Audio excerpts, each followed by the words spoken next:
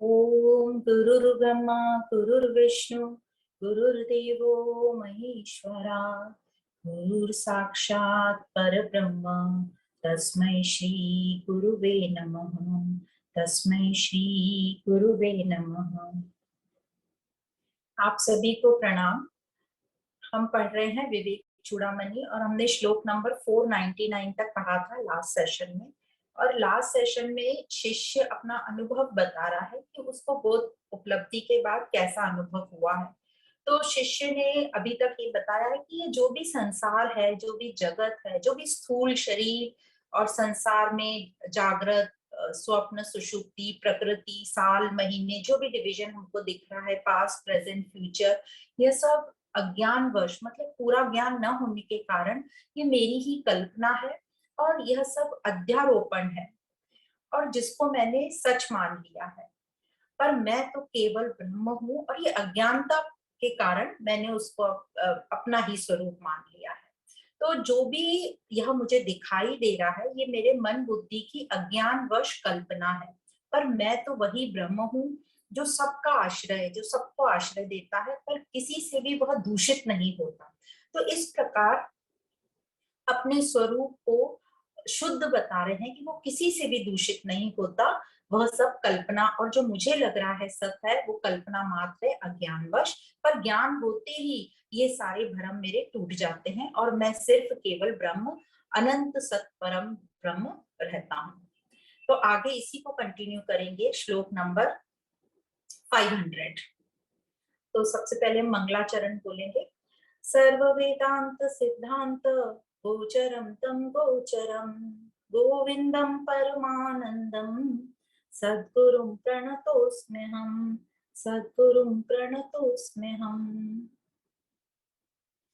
तो जो पहला श्लोक है आज का 500 इस प्रकार है। आकाशवल्लेप विदूरतोऽहम् आदित्यवत् भास्य विलक्षणोऽहम् आहार्य विनेत्य विनिश्चलोऽहम् अम्बोधिवत् पार विवर्जितोऽहम्।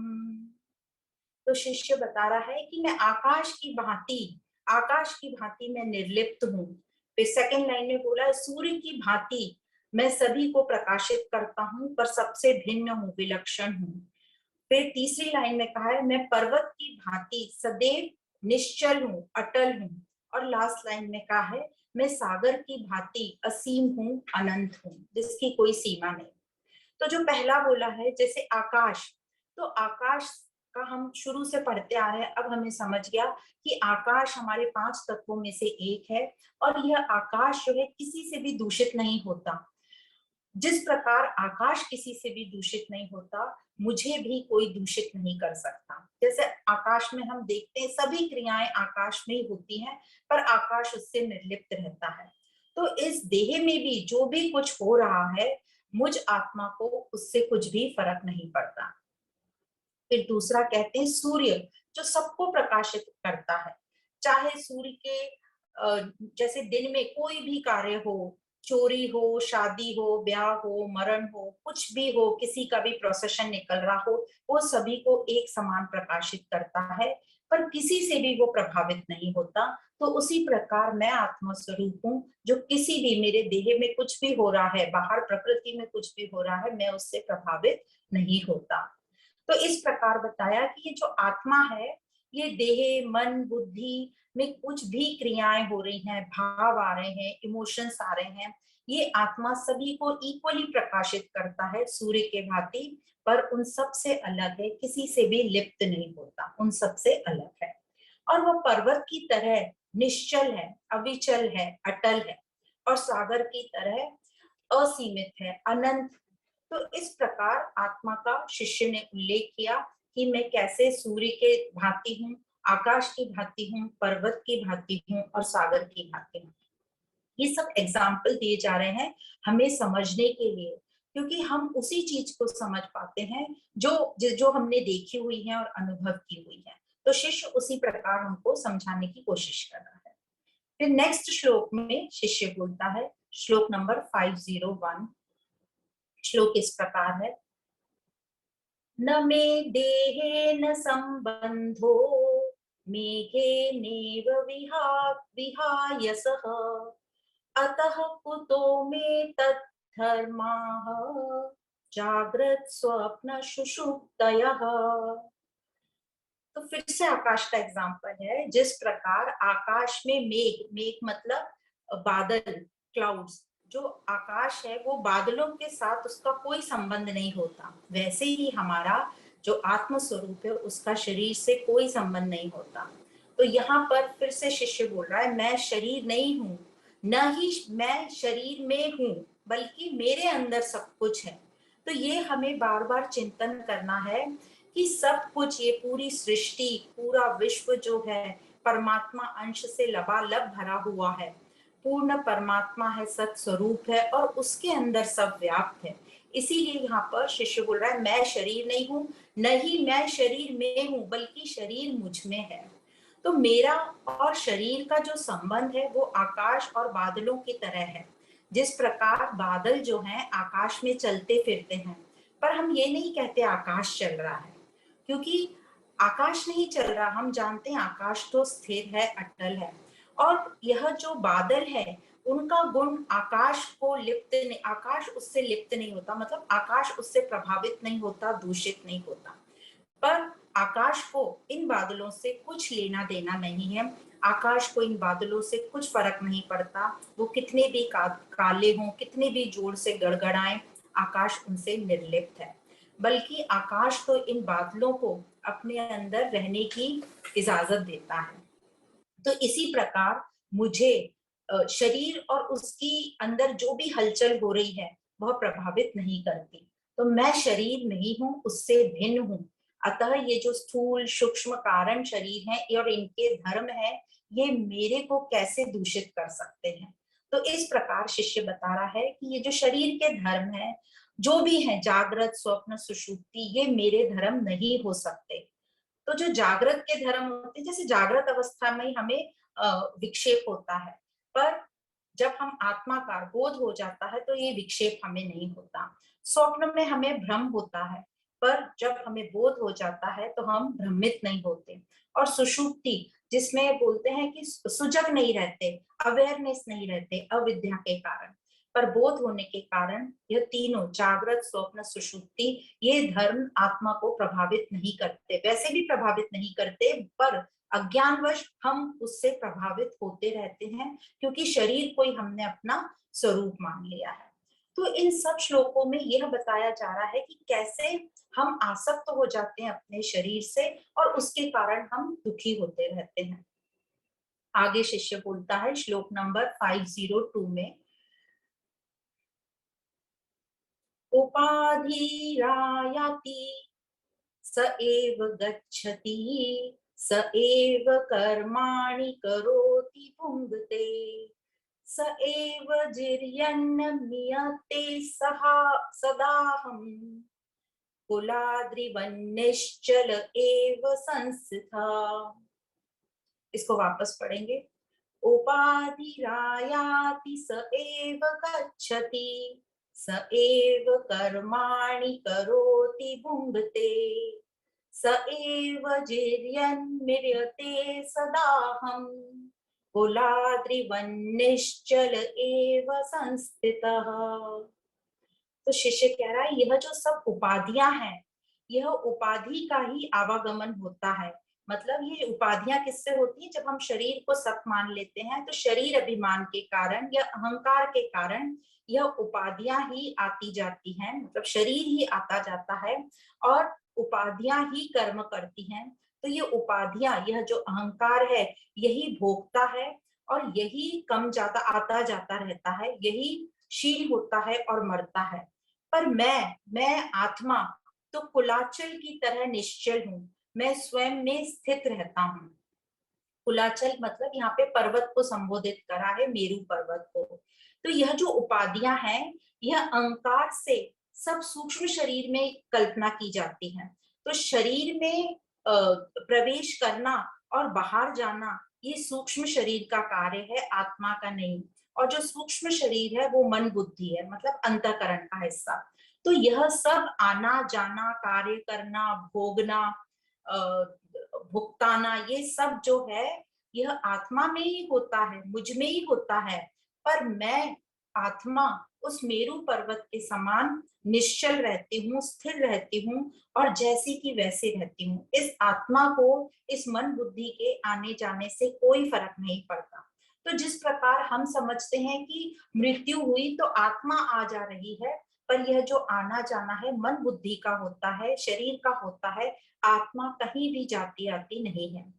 यह जो सब हम सुनते हैं जन्म से लेके मृत्यु तक, इनको शरीर के विकार कहा गया है। ये सब शरीर के विकार हैं, यह मेरे आत्म स्वरूप के विकार नहीं है, ये सब उपाधियों के विकार हैं। मैं आत्म स्वरूप तो जैसा कि वैसा रहता हूँ। जिस प्रकार हम एक ही व्यक्ति हैं पर बहुत अलग अलग रोल निभाते हैं और फाइनली तो हम उस व्यक्ति में आके ठहरते हैं, तो उसी प्रकार मैं आत्म स्वरूप हूँ और यह सब उपाधियां जो हैं ये शरीर की अभिमान अहंकार पूर्वक बनाई गई है, कल्पित की गई है। क्यों कल्पित की गई है? क्योंकि गलत धारणाओं के कारण, पूर्ण रूप से ज्ञान न होने के कारण। फिर आगे शिष्य कहता है श्लोक नंबर 503 में, न मे प्रवृत्ति न च मे निवृत्ति सदेक रूपस्य निरंशकस्य एकात्मको यो निबिडो निरंतरो व्योमेव पूर्णः सह कथुं न चेष्टते। तो यहाँ शिष्य कह रहा है कि मुझ आत्मा में न तो प्रवृत्ति है न ही निवृत्ति। तो यहाँ प्रवृत्ति और निवृत्ति का क्या मतलब है?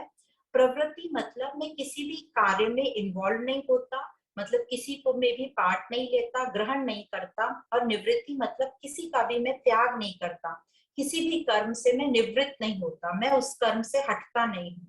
तो ये जो प्रवृत्ति और निवृत्ति है ये संसार के हैं।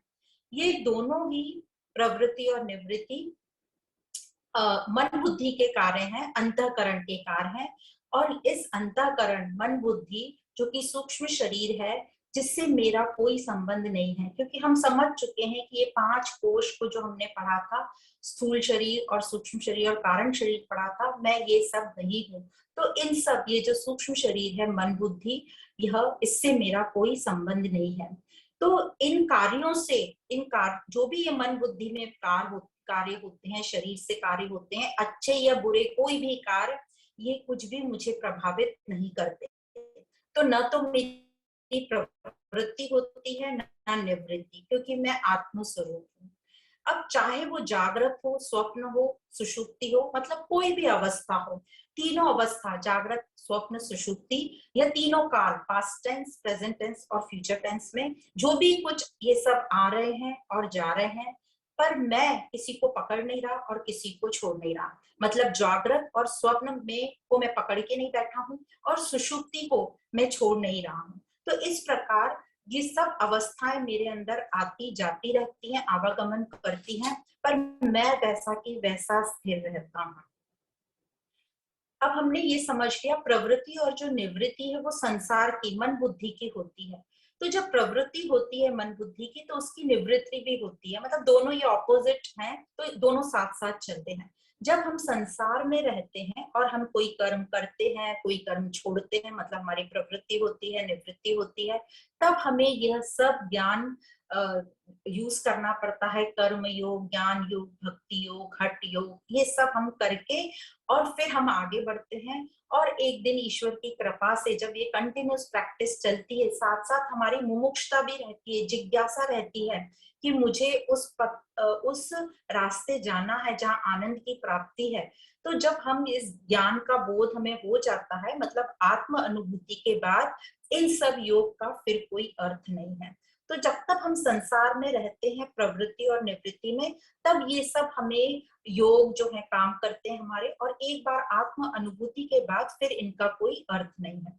फिर मैं तो सत स्वरूप हूँ, एक रस हूँ, सदैक रूपस्य, जिसमें कोई भी भिन्नता नहीं है, कोई भिन्नता दिखाई नहीं पड़ती। और जो हमें दिखाई पड़ती है अज्ञानवश, वो नाम रूप के कारण, क्योंकि अभी हमें पूरा ज्ञान नहीं है और अब हमें समझ रहा है कि यह जो जगत है नाम रूप से ही बना है, पर उसका अस्तित्व भी वैसा ही है, पर जगत सत्य नहीं है। जो नाम रूप रहित जगत ही सत्य होगा। तो हमें अब समझ में आ रहा है कि जो सत्य है वो नाम रूप रहित है, या जहां नाम रूप लग गए वो जगत है, वो असत है। फिर कहा है यहाँ पे तीसरी लाइन में, वह एक रूपस्य निरंशकस्य, वह सत केवल मैं ही हूं, ऐसा शिष्य कह रहा है। निरंशकस्य मतलब जिसका कोई डिवीजन नहीं हो सकता, जिसका कोई विभाजन नहीं हो सकता, क्योंकि वह अनंत है। अनंत मतलब इनफाइनाइट, और इनफाइनाइट को तो डिवाइड भी करो तो वो इनफाइनाइट ही रहेगा। तो इनफाइनाइट ना तो किसी से डिवाइड हो सकता है, ना किसी से मल्टीप्लाई होता है, ना उसमें कुछ प्लस होता है ना माइनस, मतलब ना कुछ उसमें कुछ जोड़ा जा सकता है ना कुछ घटाया जा सकता है। फिर कहा एक रूपस्य, मतलब ना ही वो करता है न ही भोगता है, तो न ही सुखी है न ही दुखी है, तो वही ब्रह्म मैं हूं, ऐसा शिष्य उद्घोषणा कर रहा है। फिर ऐसे एक रस सत स्वरूप में क्रिया कैसे संभव है, मतलब प्रवृत्ति और निवृत्ति कैसे संभव है, हो ही नहीं सकती। और हमने 14th अध्याय गीता के उसमें पढ़ा था गुणत्व विभाग योग में, रजोगुण और तमोगुण। तो जो प्रवृत्ति है वो रजोगुण, कुछ करने की इच्छा, कुछ ना कुछ हम करना चाहते हैं, वो रजोगुण के कारण। और जो निवृत्ति है, मतलब हम कुछ चीजें छोड़ देते हैं, काम की चीजें भी छोड़ देते हैं, वो होता है आलस के कारण, अज्ञानता के कारण, उसको कहा है तमोगुण। तो प्रवृत्ति जो है वो रजोगुण है, निवृत्ति जो है तमोगुण है। और उसी अध्याय में हमने समझा था कि सतोगुण वाला शांति में रहता है। तो अभी हमारी प्रैक्टिकल लाइफ में हमें यही करना है, ज्ञान से हमें समझना है कि कितना हम बैलेंस बनाकर संयम से चल सके, और यह जो भी ऑपोजिट द्वंद है वो उसको हम कैसे समाप्त कर सके। फिर लाइन चौथी लाइन में आता है एकात्म कोयो निविडो निरंतरो, तीसरी लाइन में। तो निविडो निविडो निविडो का मतलब है सॉलिड स्पेस, घनीभूत जिसको कहते हैं, घनीभूत सॉलिड स्पेस। तो ये जो आकाश को यहाँ पे कंपेयर किया है, जो आकाश है, आकाश में आकाश के अलावा कुछ भी नहीं है, तो आकाश को यहाँ पे सॉलिड स्पेस निविडो कहा है, और इस आकाश में ही सब कुछ व्याप्त है।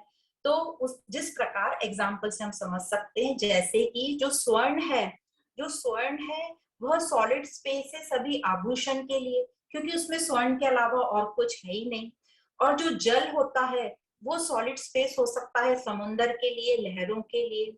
तो इसी प्रकार जो मैं हूँ आत्मस्वरूप वह आकाशवत हूँ, मैं पूर्ण हूँ, जिसको कहा है व्योमेव पूर्णः, मतलब मैं आकाशवत हूँ, आकाश की तरह मैं सॉलिड हूँ। मतलब ब्रह्म के अलावा और कुछ है ही नहीं इस पूरी सृष्टि में। तो ऐसे तत्व के लिए जहां सिर्फ और सिर्फ ब्रह्म है, उसके अलावा कुछ है ही नहीं, तो ऐसे तत्व के लिए प्रवृत्ति और निवृत्ति कहाँ हो सकते हैं। तो इस प्रकार शिष्य बता रहा है कि मेरे में न तो प्रवृत्ति है न निवृत्ति है, मैं तो आत्म स्वरूप स्थिर जैसा कि वैसा टिका हुआ हूं। तो हमें क्या समझना चाहिए इससे, हमको, हम क्यों प्रवृत्ति और निवृत्ति में जाते हैं, क्योंकि हम कुछ ना कुछ बनकर रहना चाहते हैं। और जब हम कुछ ना कुछ बनकर रहते हैं तो हम अपने आप को प्रूफ करना चाहते हैं, अपने आप को अपने आप से ही सिद्ध करना चाहते हैं। तो इसलिए हम सहज नहीं रह पाते, और जब हम सहज नहीं रहते तो हम कुछ कर्म जो नहीं करने चाहिए वो कर लेते हैं, जबरदस्ती किसी में पार्टिसिपेट करते हैं जहां हमारी जरूरत नहीं हो। तो इसलिए हम प्रवृत्ति और निवृत्ति में चलते चलते हैं, और इसलिए हमारे पाप और पुण्य इकट्ठे होते रहते हैं, जमा होते रहते हैं। तो जितना हम सहज रहेंगे उतना हम अपने स्वरूप के निकट रहेंगे, जितना हम लीपा पोती करेंगे, जितना हम मेकअप करेंगे, अपने स्वरूप से हम दूर जाते जाते हैं। तो यहाँ पर हमें यही समझना है कि हमें सहज बनकर रहना है। जितना हम अहंकार में रहेंगे, देखना कुछ बनने की कोशिश, मतलब हम अहंकार में है, मतलब हम परेशान होते हैं और अपने आप से दुखी होते हैं। तो इस प्रकार सहजता में रहना ही उत्तम अवस्था है। तो हम भागवत में भी कई जगह पढ़ते हैं कि सहज स्थिति जो है वो उत्तम अवस्था है, और जो ध्यान योग की स्थिति है वो मध्यमा अवस्था है, जो प्रतिमा पूजा है वो अधमा अवस्था है, और जो तीर्थ यात्रा है वो धमा धमा अवस्था है। तो हम देखते हैं ना, तीर्थ यात्रा करने जाते हैं तो कितने सारे हमको काम रहते हैं, बुकिंग करो, पैकिंग करो, फिर ट्रेन में जाओ या प्लेन में जाओ, फिर जो लोग अपने साथ में हैं उनके साथ एडजस्ट करो। तो ये सब तीर्थ यात्रा है, उसमें वहां हमारा उन्हीं सब चीजों में दिमाग जाता है, तो हमारा जो फोकस है अपनी एकाग्रता पे वह तो बहुत कम होता है। तो इसलिए ये 4 अवस्था बताई गई है। तो तीर्थ यात्रा को जो है सबसे लोएस्ट बताया है, उसके बाद प्रतिमा पूजा, उसके बाद ध्यान योग, और सहज अवस्था मतलब जिसमें हमें कुछ करना ही ना पड़े, वो उत्तम अवस्था है, ऐसे भागवत कथा में आता है। तो हमें यहाँ पर पूरा आसक्ति के ऊपर बताया गया है कि कैसे हम आसक्त हो जाते हैं और फिर दुखी सुखी होते हैं।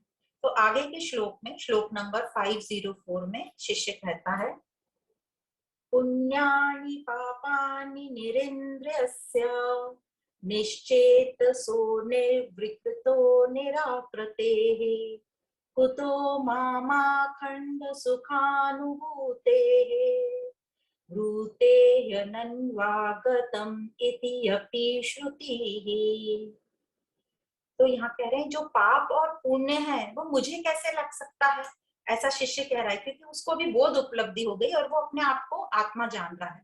तो वो कह रहा है ये पाप और पुण्य मुझे कैसे लग सकते हैं, मैं तो शरीर इंद्रियां रहित हूँ, चित्त रहित हूँ, मैं शरीर हूं ही नहीं, और यह जो कर्म अकर्म है मैं इनसे परे हूँ, मैं आकार रहित हूँ, मैं विकार रहित हूँ, फिर मुझ अखंड नित्य आनंद अनुभव करने वाला जो अलिप्त है, ऐसे को श्रुति कहती है, मतलब शास्त्रों में कहा है कि ऐसे को पाप और पुण्य कैसे लग सकते हैं।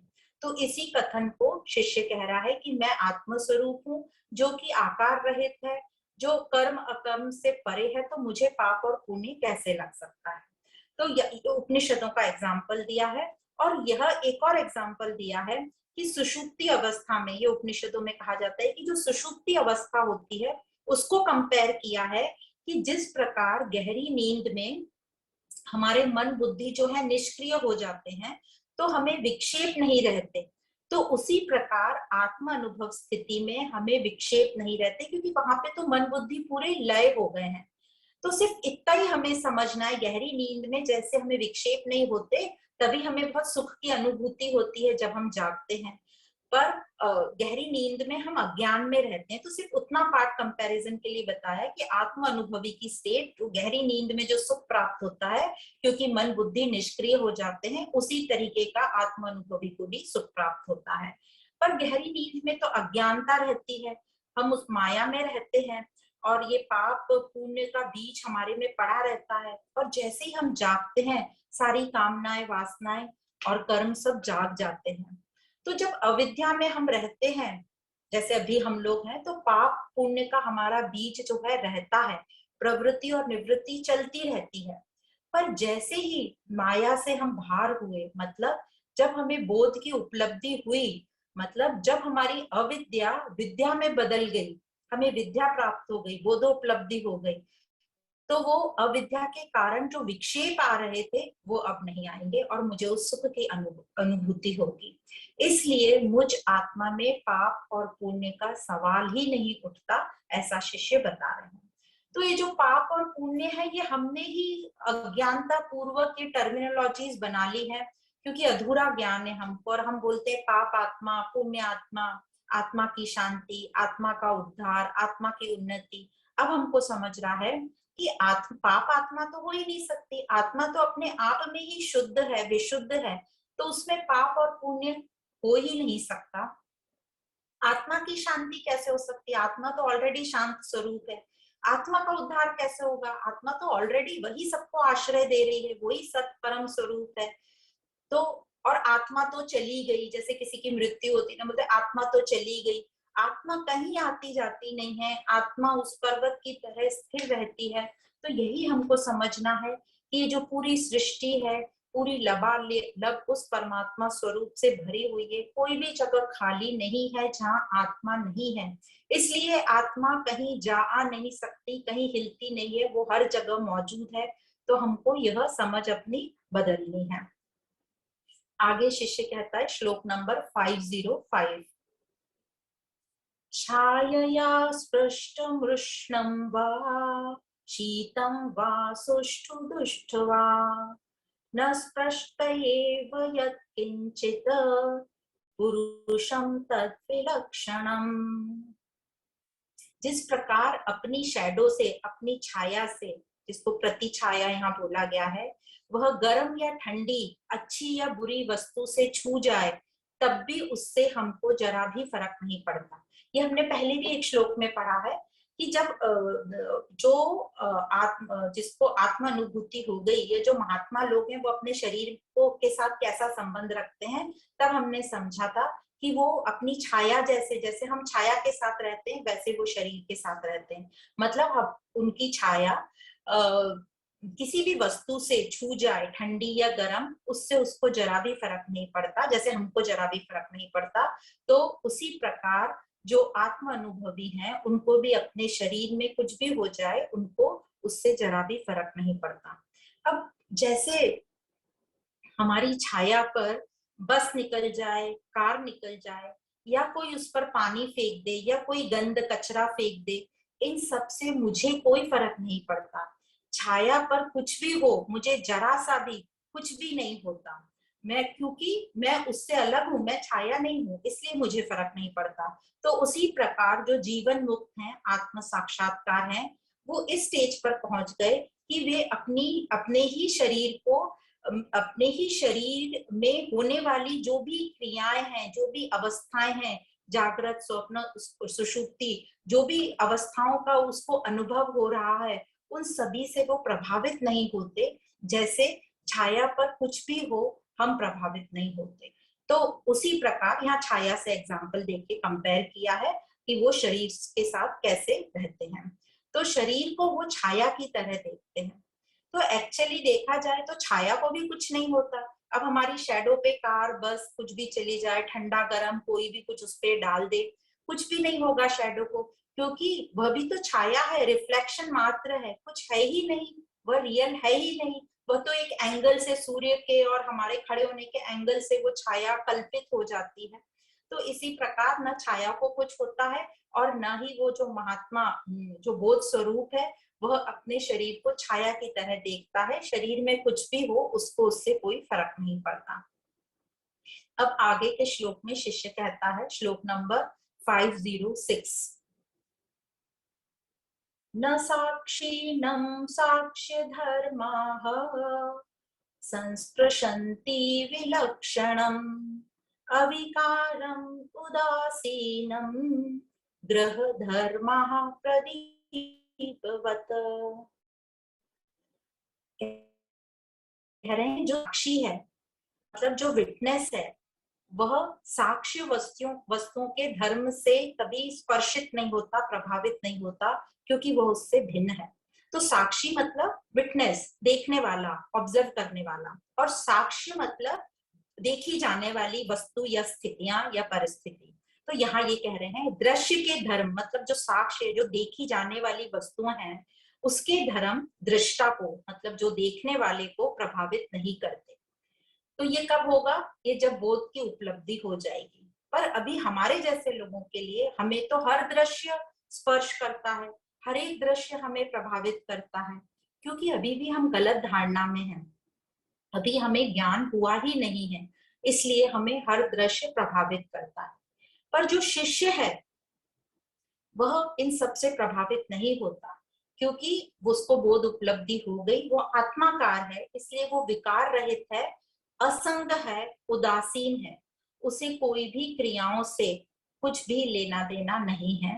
जिस प्रकार यहाँ एग्जाम्पल दिया है, प्रदीपवत, मतलब गृह धर्मा प्रदीपवत, लास्ट लाइन में बोला है, मतलब जैसे घर में प्रज्वलित जो दीपक होता है उसकी तरह, जो प्रज्वलित दीपक होता है घर में, वो चुपचाप घर के कोने में बैठा रहता है और सभी वस्तुओं को एक जैसा प्रकाशित करता है। चाहे उस घर में खुशी का माहौल हो, चाहे शोक का माहौल हो, चाहे विवाह हो या जन्म मरण हो, वह दीपक एक सा सबको प्रकाशित करता है। तो इसी प्रकार जो हमारी देह है, यह जो हड्डी मांस से पूरा बना हुआ पुतला है, उसको मैं चैतन्य, मैं आत्म स्वरूप, उसके सभी विषयों को, भावों को, विचारों को प्रकाशित करता हूँ। इस शरीर में जो भी कुछ होता है मैं उसको प्रकाशित करता हूँ, किंतु मैं स्वयं असंग हूँ। तो इस प्रकार यहाँ कंपेयर किया गया है दृष्टा और दृश्य से। तो जो दृश्य है वो शरीर, मन, इंद्रियां हैं। तो जो शरीर, मन, इंद्रियां हैं और जो इनके कार्य हैं उनके ही प्रकाशक आत्मा, क्योंकि आत्मा सबको प्रकाशित कर रही है, तो ये जो शरीर, मन, बुद्धि अपने ही प्रकाशक आत्मा को स्पर्श नहीं कर सकते। जिस प्रकार हम सूर्य के सामने कितने भी दीपक जला लें, क्या ये हजारों दीपक भी उस सूर्य को प्रभावित कर सकते हैं? नहीं कर सकते। तो उसी प्रकार मुझ आत्मा को ये शरीर, मन, बुद्धि के धर्म मुझे प्रभावित नहीं कर सकते। तो दृष्टा हो गया मैं आत्मा, और दृश्य हो गया ये शरीर, मन, बुद्धि और ये पूरा संसार। तो अब हमें समझने के लिए क्या है कि जब भी हम इस संसार में रहें तो दृष्टा बनकर रहो। दृष्टा बनकर मतलब सिर्फ देखने वाला। तो हमें सिर्फ देखना है, हमारे अंदर कुछ भी होगा, अनुभव होंगे, पर हमें बोलना नहीं है, टिक्का टिप्पणी नहीं करनी है, शिकायत नहीं करनी है। और जब हम मेडिटेशन करें, प्रार्थना करें, ध्यान करें, उस समय हमें अपना साक्षी होना है। मतलब हमें अपने में देखना है कि हम अपने मन बुद्धि की उन्नति कैसे कर सकते हैं, कौन कौन सी चीज मेरे मन को विक्षेपित कर रही है, तो मेरे मन को मैं और फ्लेक्सिबल बनाएंगे, हम स्ट्रांग बनाएंगे। तो इस प्रकार हम जब संसार में रहें तो दृष्टा भाव में रहें, विटनेस रहें, और जब हम मेडिटेशन में रहे, प्रार्थना में रहें, तो अपने खुद के साक्षी रहें, मतलब खुद को देखें और अपनी उन्नति पे काम करें। और जब हम अपने आप में रहें तो उदासीन भाव में रहें, इनडिफरेंट, मतलब सब ठीक है, ऑल इज वेल, और इस प्रकार हम अपनी जीवन यात्रा को चलाते रहें। नेक्स्ट श्लोक है श्लोक नंबर 507।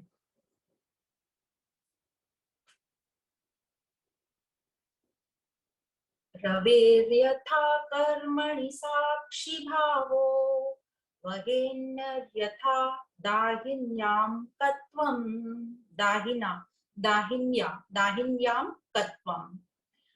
फिर से पढ़ते हैं। रवेर्यथा कर्मणि साक्षी भावो वहेन्यर्यथा दाहिन्यां कत्वं रज्जोर्यथारोपितवस्तु संगः तथैव कूटस्थचिदात्मनो में। तो रवेर मतलब रवि, सूर्य को बोल रहे हैं। तो जैसे जो सूर्य है वो सबका साक्षी भाव है, क्योंकि सूर्य के प्रकाश में ही सारी क्रियाएं संपन्न होती हैं, इसलिए सूर्य को कर्मों का साक्षी भी कहा जाता है। और जो सूर्य है वो सबको एक समान का प्रकाश देता है, यह उसका स्वभाव है। तो वह जिसको प्रकाशित करता है, सूर्य जिसको भी प्रकाशित करता है उससे लिप्त नहीं होता। उसी प्रकार जो आत्मा है वह भी कर्मों का साक्षी है, पर वह करता नहीं है, वह किसी से लिप्त नहीं होता। तो पहले दिया है सूर्य का एग्जाम्पल पहली लाइन में, फिर नेक्स्ट लाइन में दिया है अग्नि का एग्जाम्पल। जैसे अग्नि का स्वभाव है जला देना, तो दहानिया ये जो बोला है यह अग्नि की शक्ति है जला देने की। तो जैसे अग्नि का स्वभाव है जला देना, पर वह स्वयं उससे निर्लिप्त रहती है। अग्नि स्वयं थोड़ी ना जलती है। अग्नि का जो जलने का पावर है वह उसको खुद को नहीं जलाता, वह उसका स्वभाव है, तो वह स्वयं निर्लिप्त होती है। उसी प्रकार आत्मा सबको प्रकाशित करती है, पर स्वयं असंग रहती है। फिर तीसरा का है रज्जो। रज्जो मतलब रस्सी। तो जो रस्सी में आरोपित वस्तु है, मतलब जो रस्सी पर सर्प हमने देखा, उसका रस्सी से क्या संबंध है? रस्सी का उस सर्प से कोई लेना देना नहीं है, रस्सी का उस सर्प से कोई लगाव नहीं रहता। तो जो हमें दिखाई देता है वो अंधकारवश, अज्ञानवश, विक्षेपता के कारण हम उसमें सर्प देखते हैं और हम मान लेते हैं रस्सी को सर्प, भ्रम के कारण और विक्षेपता के कारण। तो ठीक उसी प्रकार आत्मा को भी हम अज्ञानवश कर्ता मान लेते हैं, यह हमारा सबसे बड़ा भ्रम है। तो वास्तव में आत्मा तो कर्ता है ही नहीं, वह तो असंग है। तो इस प्रकार ये 3 एग्जाम्पल देके, सूर्य का एग्जाम्पल, अग्नि का एग्जाम्पल, और कैसे इस रस्सी का सर्प से संबंध है, रस्सी का सर्प से कोई संबंध नहीं है। उसी प्रकार यह जो आत्मा है यह असंग है, वह करता नहीं है, वह सबको प्रकाशित करता है।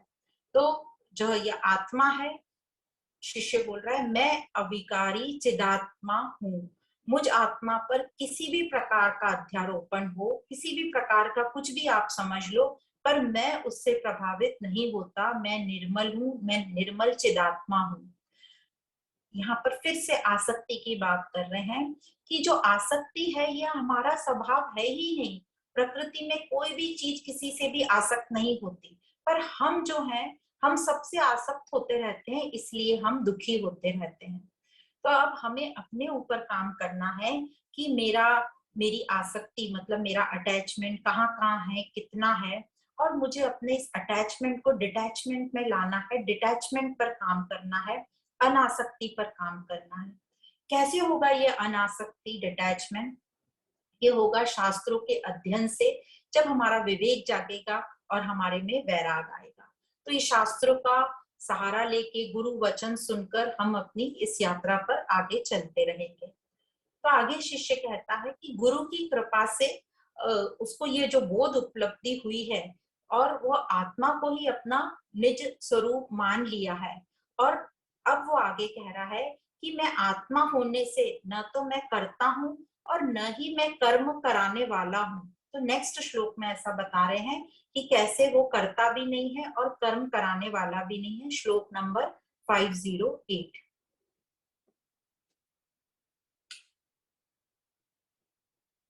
कर्तापि वा कार्यइतापि नाहं, भोक्तापि वा भोज्यइतापि नाहं, दृष्टापि वा दृश्यइतापि नाहं, सोऽहं स्वयं ज्योति, सोऽहं स्वयं ज्योतिर्नेत्रगात्मा।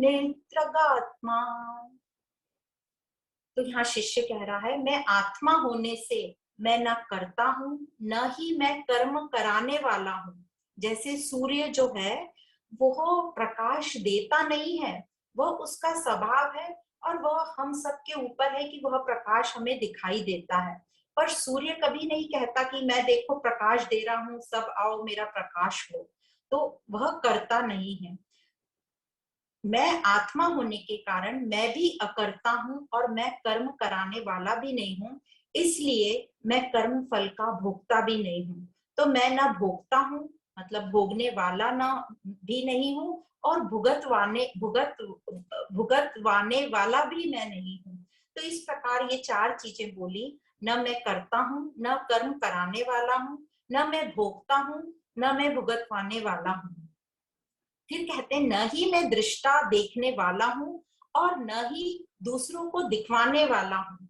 मैं तो वही आत्मा हूँ जो स्वयं प्रकाश हूँ। जो लास्ट लाइन में बोला स्वयं ज्योति, मैं वही आत्मा हूँ जो स्वयं प्रकाश हूँ, स्वयं ज्योति हूँ, जिसमें सभी मन बुद्धि इंद्रियां अपने अपने स्वभाव से काम करती हैं, और जो अनुभवातीत है, मतलब इसको शब्दों में नहीं बताया जा सकता, न ही बुद्धि के लेवल से समझाया जाता है। और मेरा इन सब से, मन बुद्धि और प्रकृति से कोई संबंध नहीं है। तो अब हमको क्या करना है, जो हम कहते आ रहे हैं हमारे शास्त्रों में कि सहज रहो, कुछ बनने की कोशिश मत करो, अपने सहज स्वभाव में रहो। जैसे जो सूर्य है, जो फूल पत्ती है, प्रकृति सब अपने अपने सहज स्वभाव में रहती हैं। कभी भी फूल यह नहीं कहता कि आओ मैं खुशबू दे रहा हूँ मेरी खुशबू लो, वो अपना काम चुपचाप करता है। वह तो राहगीर होते हैं जो जाते आते उसकी खुशबू को प्राप्त करते हैं। तो इसी प्रकार कहा जा रहा है कि सहज में रहो, अपने स्वरूप में रहो, कुछ बनने की कोशिश मत करो, कुछ अपने ऊपर कुछ थोपो मत कि मैं ये बनना चाहता हूँ। ये जैसे ही हम कुछ बनने लगेंगे तो अहंकारवश हम कुछ बनते हैं और फिर हम परेशान होने लगते हैं और दुखी होते हैं। तो जिस प्रकार 2 श्लोक पहले बताया था कि व्यक्ति की जो छाया होती है वो किसी पर भी पड़े, गर्म पर ठंडे पर, उससे व्यक्ति को कोई प्रभाव, उस पर प्रभाव नहीं पड़ता व्यक्ति पर, उसी प्रकार आत्मिक दृष्टि से जब आत्म बोध की उपलब्धि हो जाती है जिस साधक को, वह जगत से इतना निर्लिप्त होता है जैसे व्यक्ति अपनी परछाई से। तो सांसारिक अनुभवों में आत्मा लिप्त नहीं होती, नहीं उसका कोई इस संसारिक चीजों में आत्मा का कोई दायित्व है। और कहा है मैं वही स्वयं ज्योति हूँ, मैं वही आत्मा हूँ जो सबको, इस मन बुद्धि इंद्रियां, इन सब के भावों को प्रकाशित करता हूँ। यह प्रकाश जो है आत्मा का, यह उसका स्वयं का प्रकाश है, किसी से उसने उधार नहीं लिया है।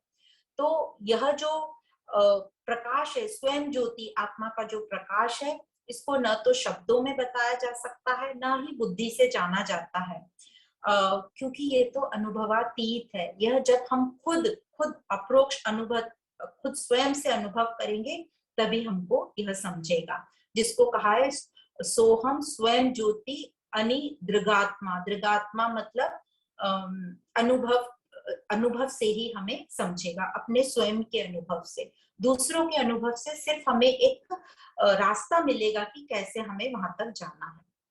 और इसको कैसे करेंगे?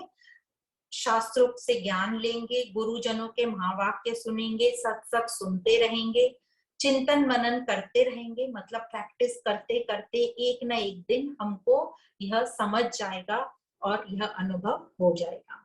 तो आगे जो शिष्य बोल रहा है श्लोक नंबर 509 में इस प्रकार है, अब जो सूर्य का प्रतिबिंब जल में पड़ता है और जल हिलता है तो हमको लगता है सूर्य हिल रहा है, उस एग्जाम्पल से श्लोक में समझाया जा रहा है।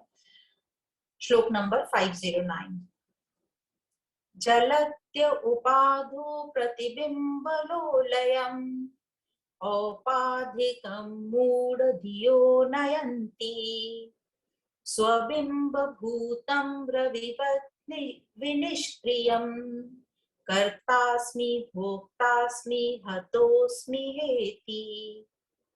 तो कह रहे हैं जिस प्रकार जल में पड़ा सूर्य का प्रतिबिंब जल के हिलने से हिलता दिखाई पड़ता है, प्रतिबिंब हिलता है, पर जो रियल का सूर्य है वह तो नहीं हिलता। उस जल से जो रियल सूर्य है वह प्रभावित नहीं होता। पर यह जो हिलते हुए प्रतिबिंब को देखकर कोई यह सोचे कि यह तो सूर्य ही हिल रहा है, तो वह मूर्ख ही कहलाएगा। मूढ़ धियो नयंती, मतलब वह मूर्ख पुरुष ही है, मूर्ख पुरुष ही है जो प्रतिबिंब को हिलता देखकर सोच रहा है कि जो सूर्य है वो हिल रहा है। पर उसमें हम भी आ जाते हैं वो मूर्ख में, क्योंकि हम भी यही कर रहे हैं। क्या कर रहे हैं हम? जो शरीर है हमारा, उसमें कुछ भी होता है तो हम सोचते हैं ये मुझ में हो रहा है। जैसे शरीर बीमार होता है तो हम कहते हैं मैं बीमार हो गया, और शरीर में कुछ भी हुआ तो हम कहते हैं ये मुझे हुआ, मैं बीमार हुआ, मैं स्वस्थ हुआ। और जब मन परेशान होता है तो हम कहते हैं मैं परेशान हो रहा हूँ। तो हम ये शरीर मन बुद्धि को मैं कहना शुरू कर दे रहे हैं। हो तो रहा है ये सब प्रतिबिंब में, पर हमें लग रहा है कि मैं हो रहा हूँ, तो हम भी वही मूर्खता कर रहे हैं। पर मैं जो हूँ वह तो आत्मा हूँ। शिष्य कह रहा है मैं तो आत्मा हूँ, सूर्यवत हूँ, निष्क्रिय हूँ, कोई भी स्थिति मुझे प्रभावित नहीं कर सकती।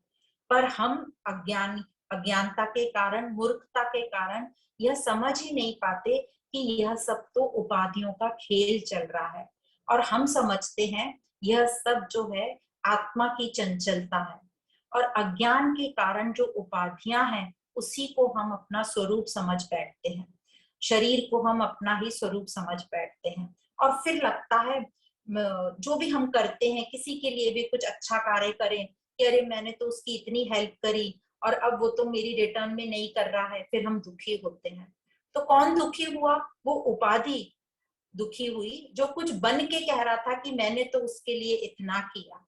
और जो उपाधि जो दुखी हुई, वो एक्चुअली उपाधि भी कुछ नहीं है, वो काल्पनिक है। जैसे हमने शैडो को समझा कि शैडो को कुछ होगा ही नहीं, क्योंकि वह तो एक सिर्फ इमेज मात्र है। और फिर हम अपने आप को जो शरीर मन बुद्धि समझ बैठते हैं और उसी को अपना स्वरूप मानते हैं। इसलिए हम कहते हैं अज्ञानवश मैं करता हूँ, मैं भोगता हूँ, मैं मरता हूँ। और जिस प्रकार हमने अपने मन बुद्धि को ही मैं मान लिया, तो शरीर की मृत्यु को ही हम समझते हैं कि ये मेरी मृत्यु है। पर मैं आत्म स्वरूप, शिष्य कह रहा है, मैं आत्म स्वरूप इन सबसे भिन्न हूँ, इनका मुझसे कोई संबंध नहीं है। तो जिस प्रकार, फिर से एग्जाम्पल देते हैं, जैसे घड़ा जो है, मटका जो है, मटका टूटता है तो उसके जो भीतर का आकाश होता है उसको कुछ नहीं होता, ना ही वो कहीं जाता आता है। वैसे ही जब शरीर की मृत्यु होती है तो उसके बाद आत्मा को कुछ नहीं होता, वो कहीं आती जाती नहीं है। यह चीज हमें ठीक से समझनी है। तो अब हम यहाँ पे फिर से यही समझ रहे हैं कि जो भी हमें दुख परेशानी हो रही है वो आसक्ति के कारण हो रही है, अटैचमेंट के कारण हो रही है। सबसे पहले तो हमें यह देखना है कि मुझे कहाँ कहाँ आसक्ति है, क्योंकि जहां जहां मुझे आसक्ति है वहीं से मुझे एक्सपेक्टेशंस होते हैं, वहीं से हमें रिटर्न चाहिए होता है, और फिर वो रिटर्न नहीं मिलता तो हम दुखी होते हैं, परेशान होते हैं। तो सबसे पहले हमारी आसक्ति होती है अपने शरीर से। हम अपने शरीर के लिए क्या क्या नहीं करते, और फिर शरीर में थोड़ा सा भी कुछ हो जाए तो हम दुखी होते रहते हैं।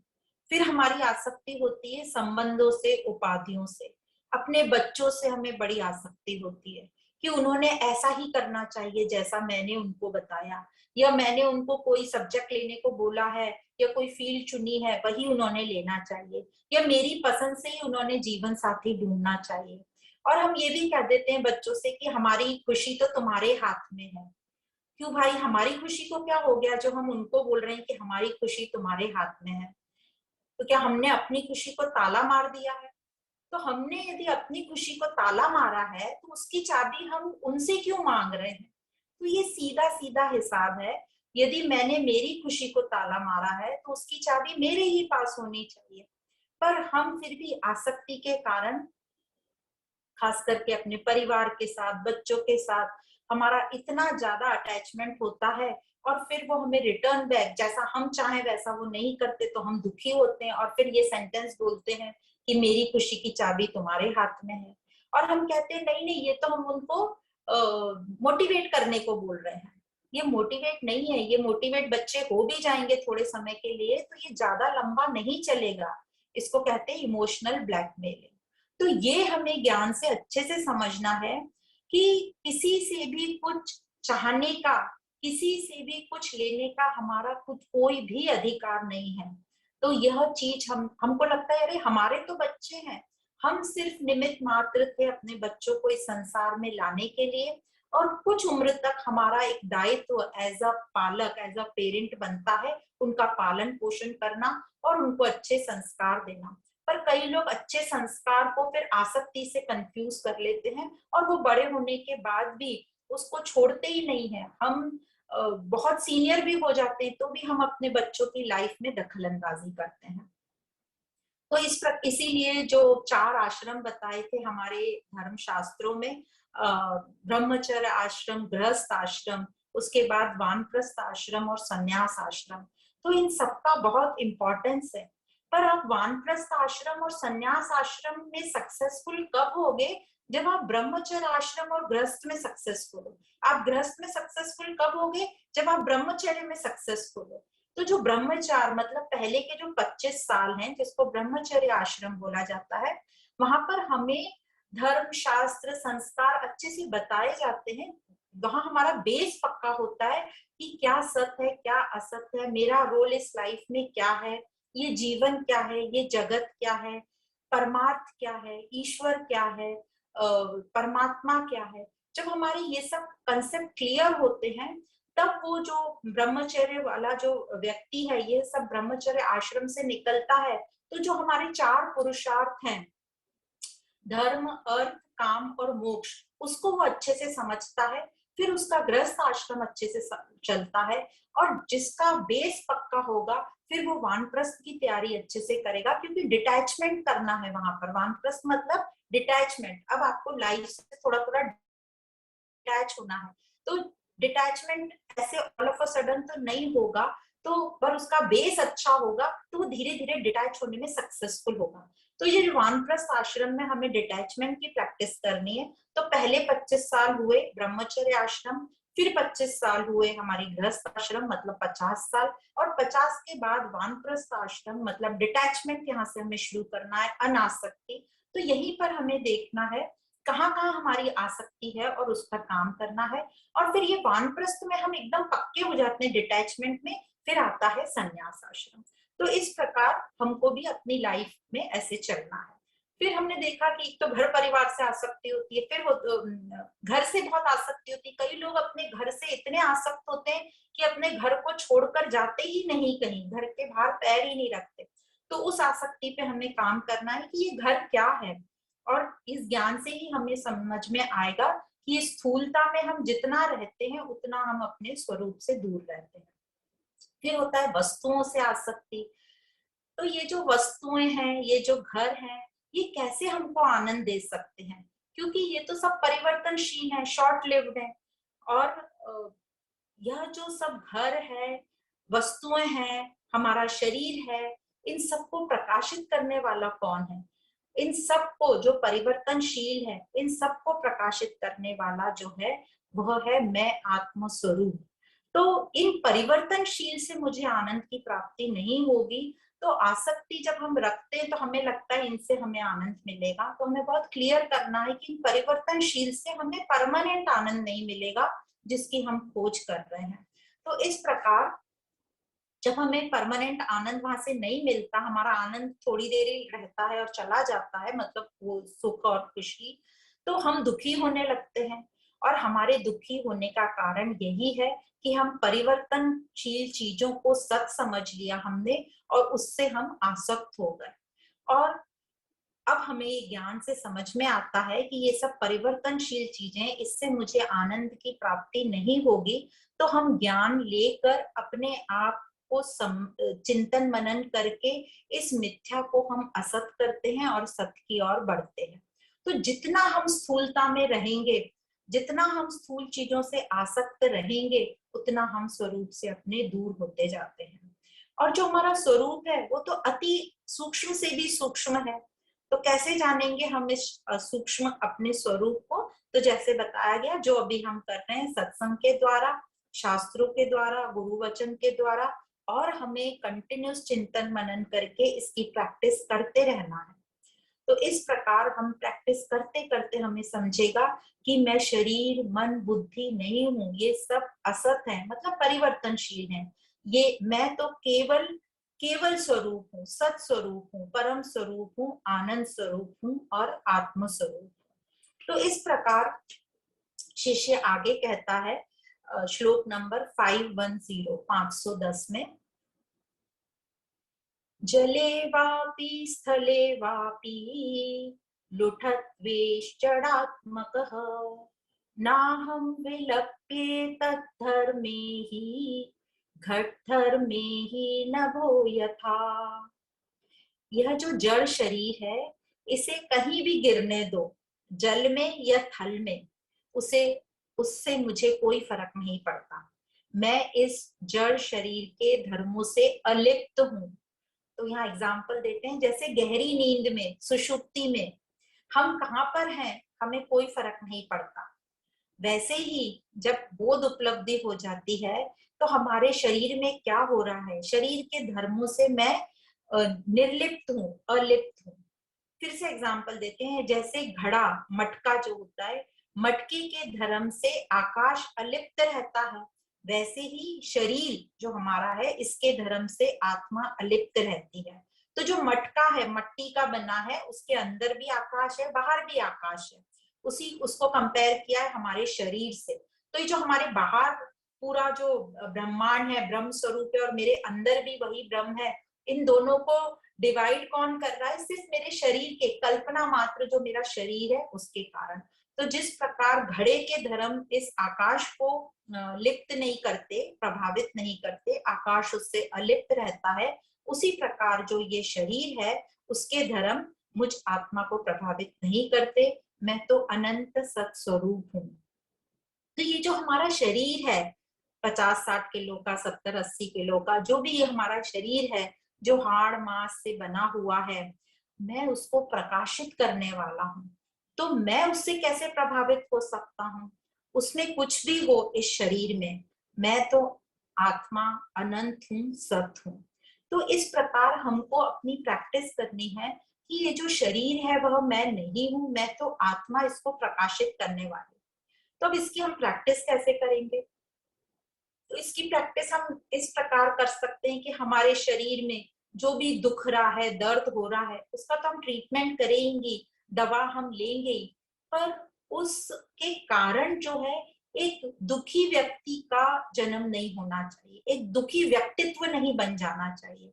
तो हम समझते ये हमें पेन हो रहा है, ये दुख रहा है, पर ये शरीर को हो रहा है, इसका इफेक्ट मुझ आत्मा पे नहीं होगा, मैं एक दुखी परेशान व्यक्तित्व का निर्माण नहीं करता। तो हम इस प्रकार, और शिष्य जो है आगे भी और 10 श्लोकों में उसने अपना अनुभव बताया है, वो हम नेक्स्ट सेशन में लेंगे। आज हम यहीं पर विराम लेते हैं।